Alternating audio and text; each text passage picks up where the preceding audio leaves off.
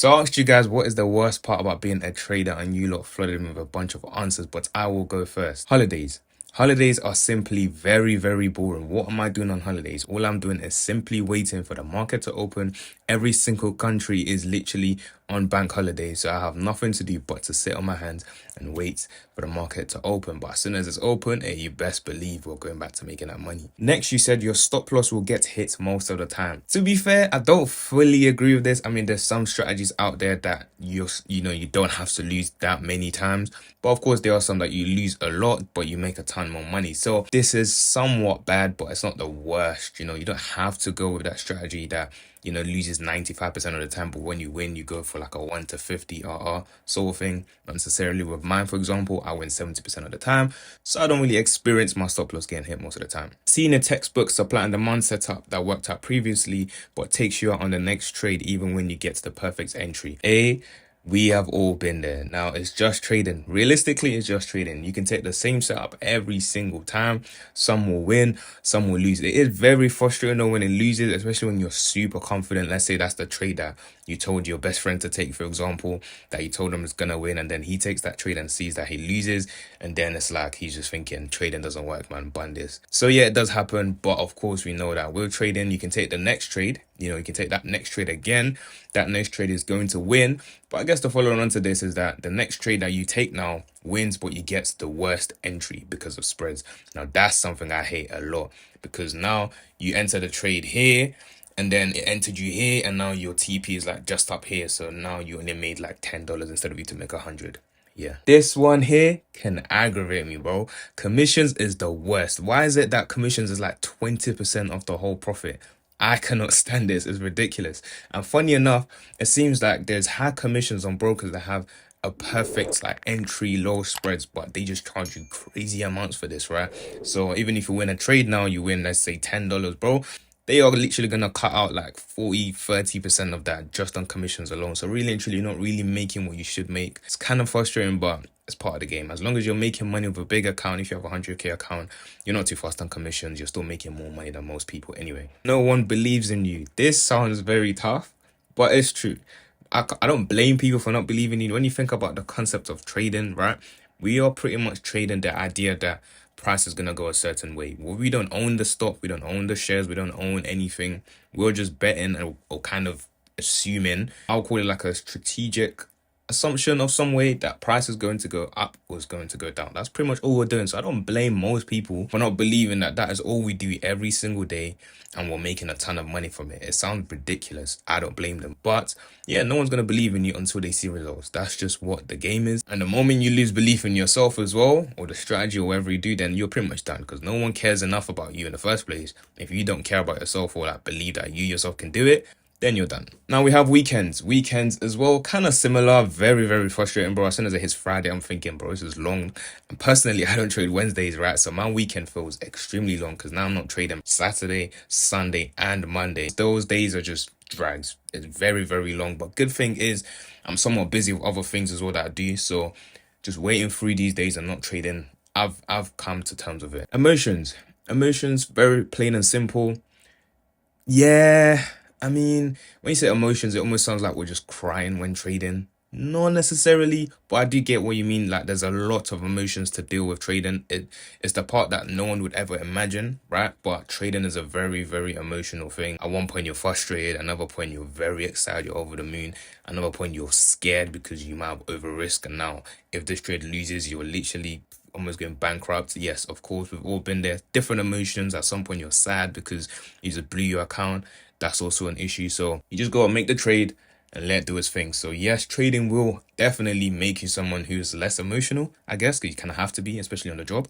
No emotions, just do what you gotta do, enter the trade and leave the trade when necessary. That is literally it. People thinking you are constantly gambling. That is the definition of what trading is to like 80% of people in this world. The charts looks like an absolute mess as a complete beginner. It makes zero sense. We're just looking at lines. So looking at it from that perspective, it looks like gambling, right? We're just paying money, saying it's going to go up and betting it's going to go down, but without any sort of idea, especially as beginners. We've all been there, right? As beginners, that's all you do. You just Click on buy because something tells you to buy and you just hope for the best, and then you hold, even when you're in drawdown, hoping that's gonna go back up. But yeah, a lot of people think this is gambling. Eventually, when they do get into it, they realize that there is actually some strategy to this. There is some sort of order. Things do happen again and again and again that you see every single time, and you just pick one of those strategies and you just stick to it. Constant fear of the market and prop firms going extinct. Now this is deep. Yes, I actually thought about this literally the other day, that at some point, I don't know about the market just going extinct. Yes, things come and go, but I don't know about if the market is just gonna fade away. I feel like, yes, we all use, for example, TradingView. Like TradingView is like a big deal with everything that I do, right? But if TradingView goes, I feel like there'll just be something else. But that is a scary thing of, like, for example, TradingView disappearing, or just the entire market just not being a thing anymore. At that point, trading is completely done. But is that gonna happen? I don't know. Very, very slim chance. I just don't see it happening in my generation anyway.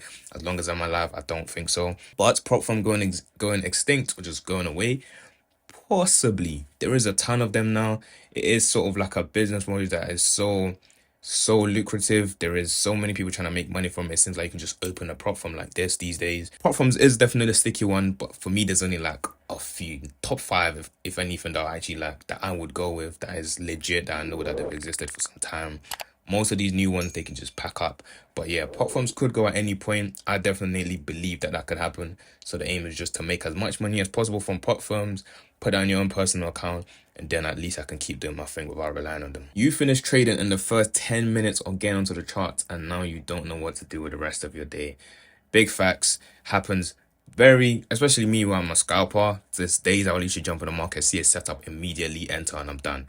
I've literally made like most people's weekly salary in like literally the first 10 minutes of the day. What do I do now?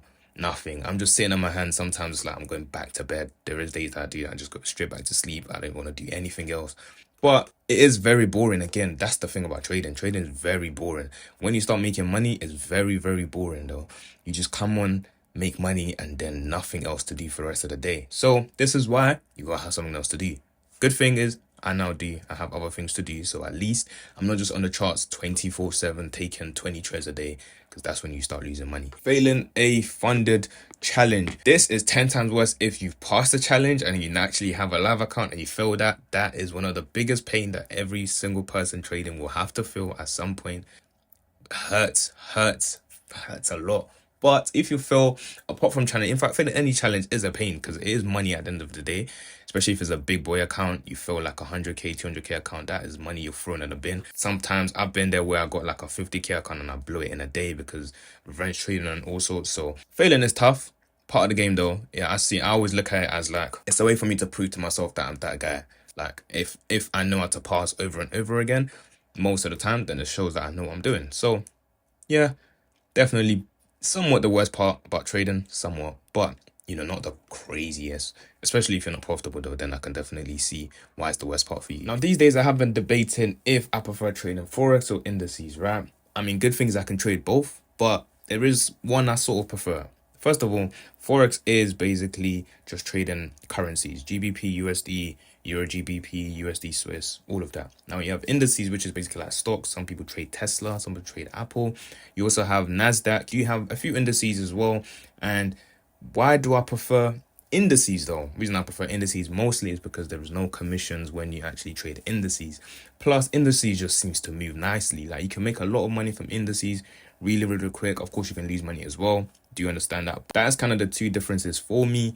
But I do low-key prefer indices, but there just aren't that many indices that I would trade. So my pairs is still filled with forex pairs, but it's good to have a balance as well. I guess it's just a matter of, if I don't find my setup on forex pairs, then I'm just going to take indices. But the good thing is you can actually trade both of these on Vantage. Vantage is basically an all-in-one platform that you can trade pretty much most things that you want to trade on there. Forex, indices, whatsoever it is. You can deposit your money, you can also withdraw your money ASAP. It's one that I actually started using a long time ago when I first started trading. I actually started with Vantage, and that's where I sort of started learning. That's where I started losing money, making money. If you do want a platform that you want to be trading with, then do check them out. There will be a link down in the description below. Click on that link to get started.